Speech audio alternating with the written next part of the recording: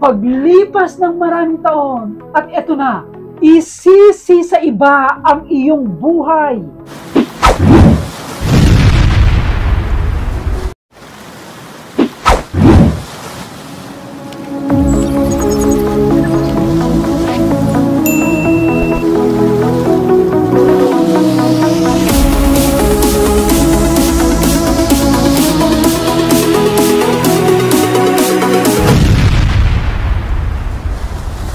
Isisi sa paligid mo, sa ibang tao, at isisi pati na sa gobyerno. Mataas ang bilihin, malit ang ayuda, walang ayuda. At sabi mo, wala din trabaho. At ngayon minsan, nagtatalak ka sa social media, pati na sa mainstream media. At lalo na kapag ka may rally sa kalsada, mga pagkukulang at hinanaing mo sa buhay, isinisisi mo sa iba. Dahil gusto mo lang mapagtakpan ang mga mali mong nagawa. Ngayon patanda ka na, wala ka pa rin aksyon.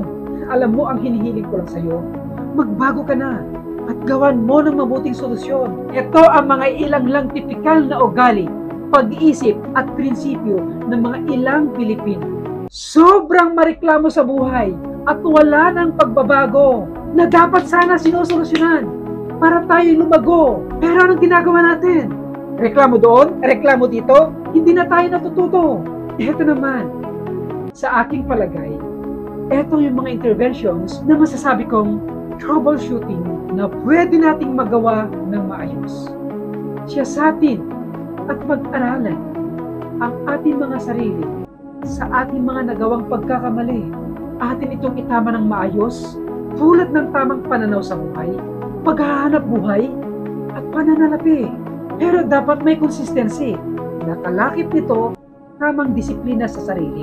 Sa ganitong prinsipyo, pananaw at kaisipan sa buhay, sa palagay ko, hindi imposibleng aangat tayo sa buhay na merong kulay.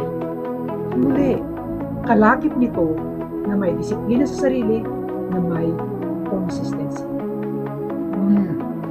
Kalakip nito, may disiplina sa sarili, at merong consistency. Ako po muli ang iyong marungsan na nagsasabing, salamat po. Sana po, nakatulong po ako sa inyo sa munting